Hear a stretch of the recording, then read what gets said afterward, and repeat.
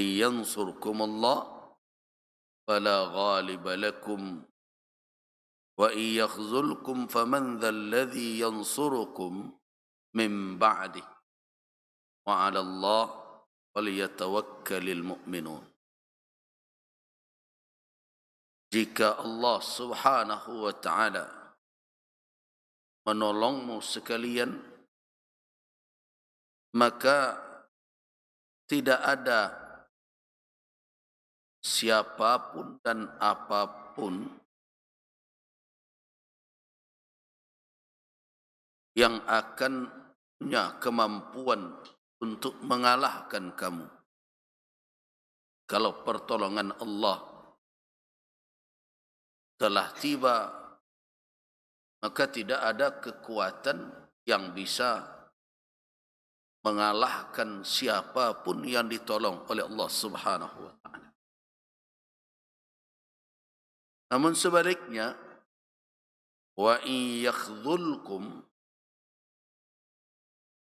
namun jika Allah Subhanahu wa taala merendahkanmu, menghinamu, membiarkanmu tanpa pertolongannya, faman dhal ladzi yansurukum min ba'dih, maka siapakah yang bisa menolongmu selain dari Allah setelah itu? Jadi kalau manusia telah dihinakan oleh Allah Subhanahu wa taala, tidak ada kekuatan yang bisa membangkitkan orang itu dari kehinaan. Kalau Allah Subhanahu wa taala telah mencabut pertolongan dari seorang hamba atau dari sekelompok umat, menjauhkan mereka dari pertolongan Allah Subhanahu wa taala, apabila itu yang diputuskan oleh Allah, tidak ada kekuatan apapun yang bisa menolong orang atau kaum tersebut. Nah, karena itu wahai kaum muslimin, berdasarkan ayat ini, apa yang harus kita perhatikan pada diri kita sebagai pribadi, keluarga, umat, bangsa? Jangan sampai ada asbab al-khazlan, sebab-sebab kita dipandang hina dan tidak bisa mendapatkan pertolongan Allah Subhanahu wa taala. Jangan biarkan itu ada pada diri. Yang harus kita hadirkan adalah asbabun nasr, faktor-faktor yang menjadi penyebab datangnya nasrum minallah, pertolongan dari Allah Subhanahu wa taala. Apa itu? Secara garis besar, yang akan mendatangkan pertolongan kepada Allah adalah al-iman wa ta'ah, iman dan ketaatan. Dan yang akan membawa kepada kehinaan dan terjauh dari pertolongan Allah adalah al-kufur wal-isyan, kekufuran dan kedurhakaan. Allah Subhanahu wa taala yaf'alu ma yasha wa fa'alu lima. Benar, Allah berbuat sesuai dengan kehendaknya. Tapi ingat, Allah meletakkan di dalam kehidupan alam semesta ini ada qawanin, ada aturan-aturan yang ditetapkan oleh Allah Subhanahu wa taala yang kita sebut dengan sunnatullah. Allah bisa menolong siapa saja. Tetapi di dalam kehidupan dunia ini Allah Subhanahu wa taala membuat apa? Sunnah. Ada tatanan yang ditetapkan oleh Allah berlaku dalam kehidupan dunia. Dan tatanan itu tidak diberlakukan oleh Allah dalam kehidupan akhirat. Kalau di dunia ini orang ingin mendapatkan kesenangan, apa sunnatullahnya? Berusaha. Tidak bisa meminta saja. Tapi di akhirat, di surga, aturan seperti itu tidak berjalan. Tidak diberlakukan oleh Allah. Mereka bisa mendapatkan apa saja hanya dengan meminta dan berkeinginan. Jadi dalam kehidupan dunia ada jalan yang dibentangkan. Nah, itu asbab yang mengantarkan kepada akibat.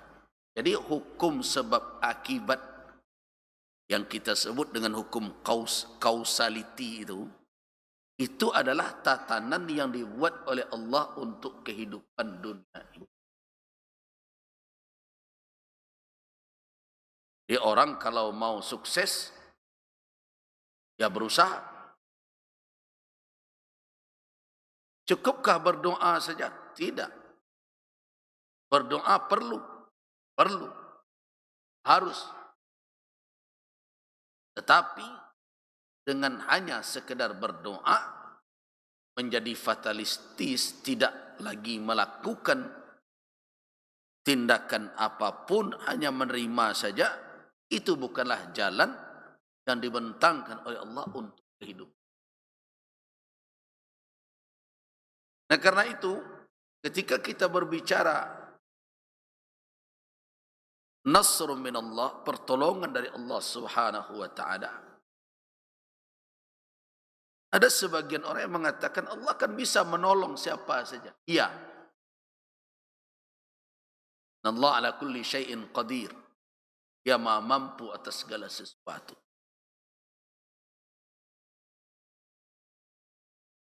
Tapi mengapa Allah Subhanahu wa taala kadang menolong suatu kaum, kadang tidak menolongnya? Bahkan membiarkan kaum yang lain hina tanpa mendapatkan pertolongan. Jawabannya apa? Allah Subhanahu wa taala menciptakan alam semesta ini dengan apa? Dengan tatanan dan aturan.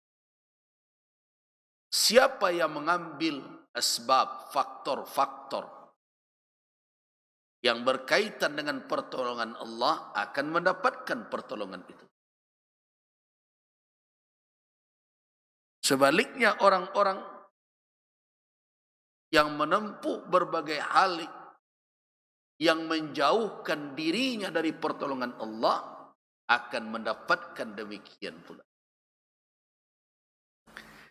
Nah, dari ayat ini, "Iyansurkumullah fala ghaliba lakum." Jika kamu ditolong oleh Allah, maka tidak ada yang mengalahkanmu. Benar. Apa pelajaran berharga? Yang pertama adalah perkara pertolongan. Pertolongan Allah itu diraih dengan apa? Dengan iman dan ta'ah. Dengan iman dan ketaatan. Allah telah menolong kaum muslimin di Badar. Tapi ketika dalam peperangan Uhud, mereka mengalami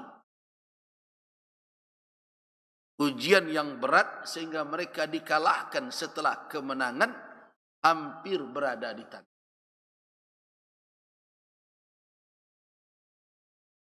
Kenapa mereka tidak mendapatkan pertolongan ketika itu?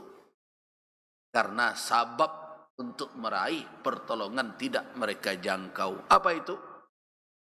Al-iman wa ta'ah. Para sahabat sebahagian dari mereka keluar dari garis itu.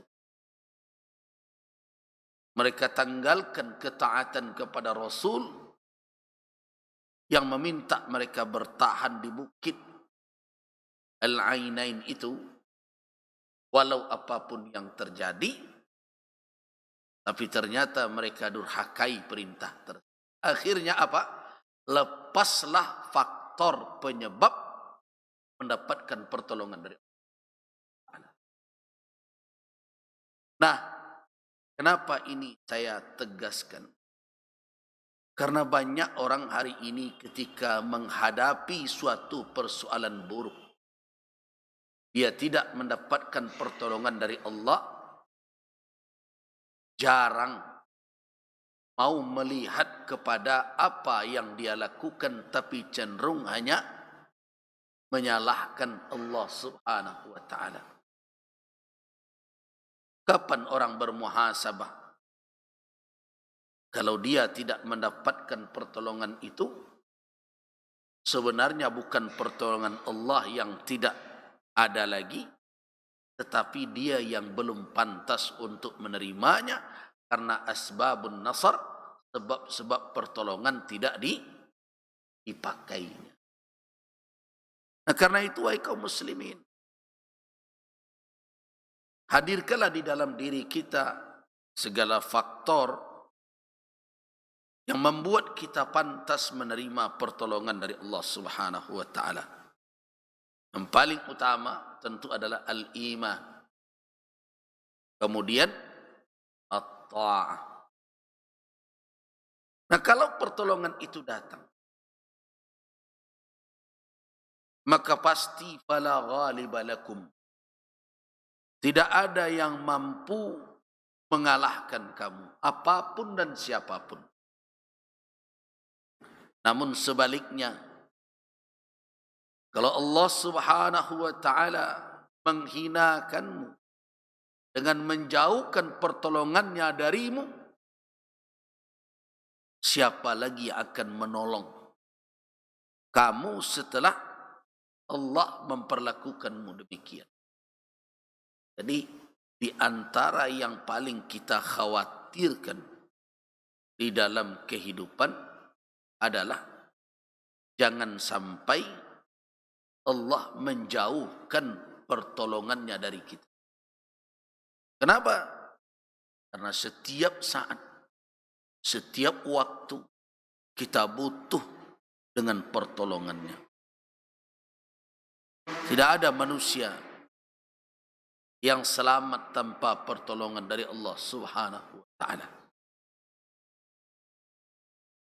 Nah, kalau kita telah tahu asbabun nasr wa asbabul khazlan, penyebab pertolongan datang, dan apa saja yang membuat kita terjauh dari pertolongan Allah, maka pilihan orang yang beriman adalah menghindari segala bentuk, apapun perbuatan, sikap, prinsip yang membuat dia hina di mata Allah. Hindari itu.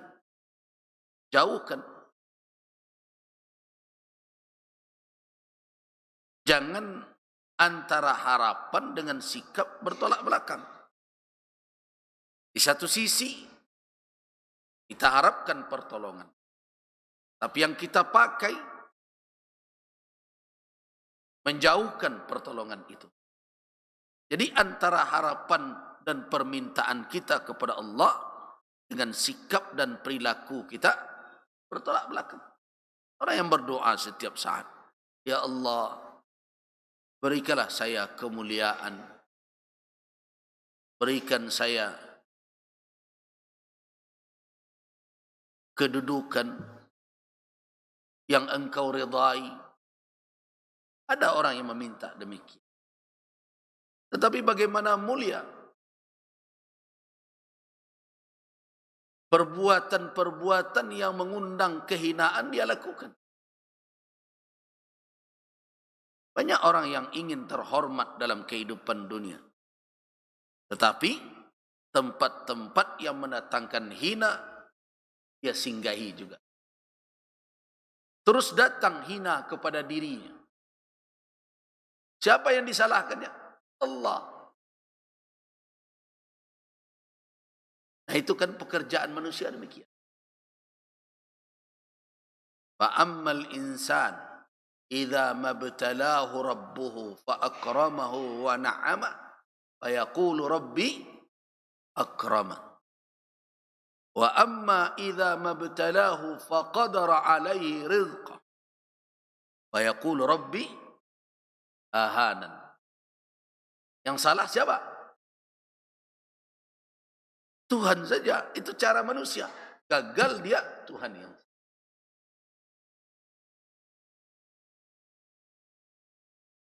Keliru dia di dalam bersikap. Dia terima akibat kekeliruan, yang disalahkan Tuhan juga.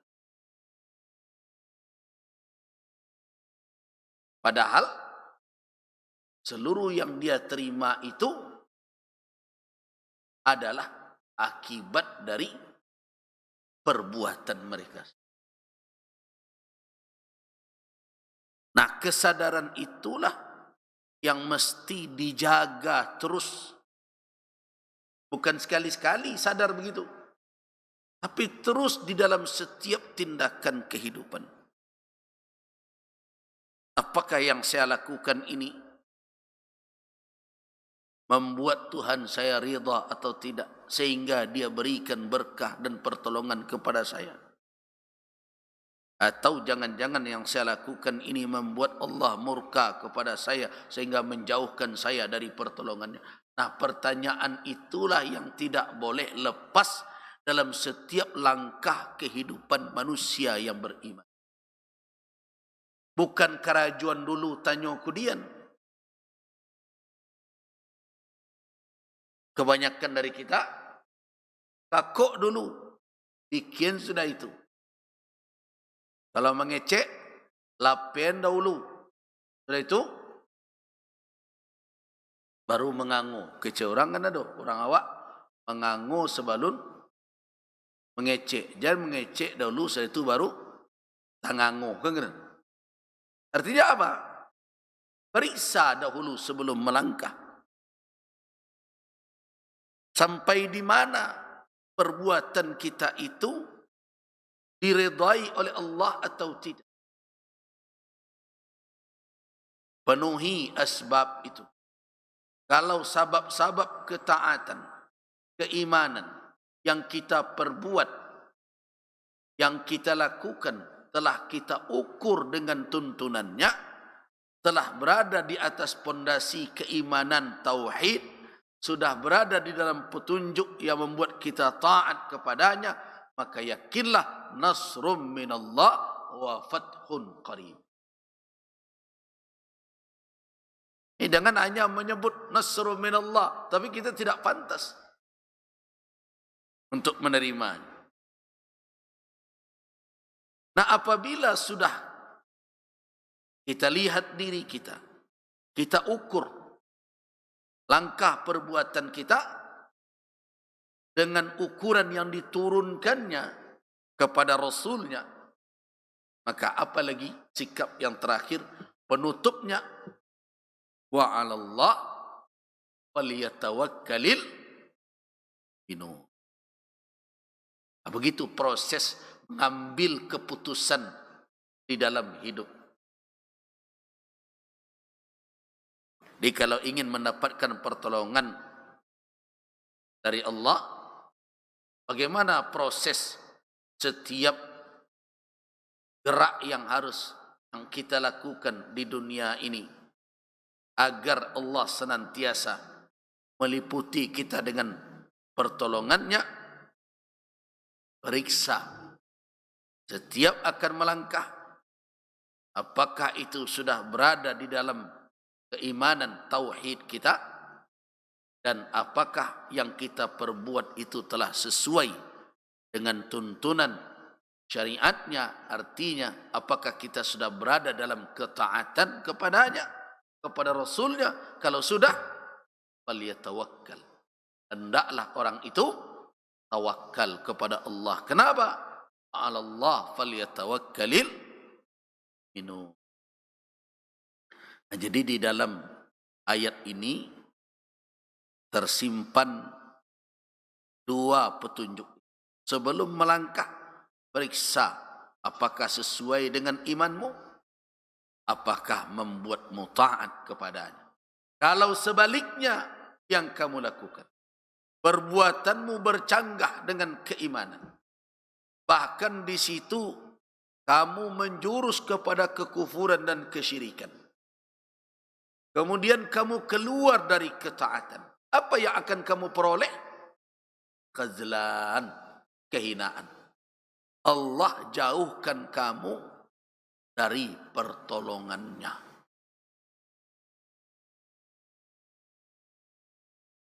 Apakah orang seperti itu bisa juga mendapatkan dunia? Bisa. Tetapi dia mendapatkan itu tanpa ridha. Dia mendapatkan itu tanpa pertolongan dari Allah, hanya izin Allah tanpa ridhanya. Nah, orang yang berbuat hanya dengan izin tanpa ridha tidaklah manusia yang terhormat, yang mulia dalam pandangan Allah Subhanahu wa taala. Jadi banyak orang dalam kehidupan dunia ini berhasil mencapai titik capaian yang ingin dia tuju. Tapi belum tentu keberhasilannya itu di dalam ridha Allah. Orang kafir buat proyek, datangkan keuntungan berlipat-lipat. Orang yang durhaka membuat usaha dengan mendurhakai Allah Subhanahu wa taala, dalam hitungan manusia, dalam ukuran duniawi, dia sampai kepada tujuannya. Lihat betapa kayanya kartel narkoba. Sekarang heboh-heboh Meksiko itu. Negara dilawannya. Dia punya senjata berat, dia punya pesawat, dari hasil jual apa? Narkoba. Nah, kalau dalam ukuran dunia hitam, ini gembong narkoba Meksiko itu adalah gembong narkoba sukses dalam ukuran dunia hitam. Bahkan kekuasaannya, kekuatannya ditakuti oleh negara. Tapi apakah capaiannya itu di dalam ridha Allah? Imannya kekufuran, keyakinannya bukanlah ketauhidan, perbuatannya tidak di dalam ketaatan. Terus kenapa dia bisa mencapai? Allah izinkan terjadi di muka bumi ini banyak hal, tapi tidak semuanya diredai. Pencuri,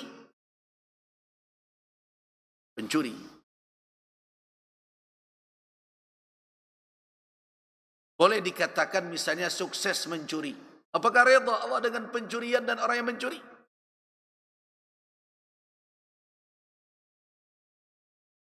Itu yang saya katakan, tidak semua yang dicapai oleh manusia itu berada di dalam ridha. Tapi yakinlah seluruh yang terjadi tentu terjadi dengan izin. Kalau tidak diizinkan oleh Allah Subhanahu wa taala sesuatu terjadi, pasti tidak terjadi. Tapi tidak semua yang diizinkan itu diredai. Nah, sekarang yang dicari oleh orang yang beriman, apakah sebatas izin atau ridha? Nah, kalau ridha yang dicari, maka landaskan perbuatan kita itu dengan iman dan taat. Iman dan ketaatan. Ukur dengan keimanan. Kemudian tempatkan dikuatkan di dalam ketaatan kepada Allah. Nah, setelah dua itu dipenuhi, maka tawakkal alaih. Bertawakkallah kepadanya, ma'alallah, pada Allah lah, falyatawakkalil mu'minun, orang-orang beriman hendaknya bertawakal. Jadi ada 3 pelajaran di sini. Yang pertama ada iman sebagai landasan amal, ta'ah sebagai konsep amal dan tuntunan amal. Yang ketiga tawakal sebagai khitamul amal, sebagai penutup amal. Iman sebagai landasan amal, ta'ah sebagai jalan amal, dan tawakal sebagai penutup. Nah, kalau itu dilakukan, yakinlah, yansurkumullah fala ghaliba lakum.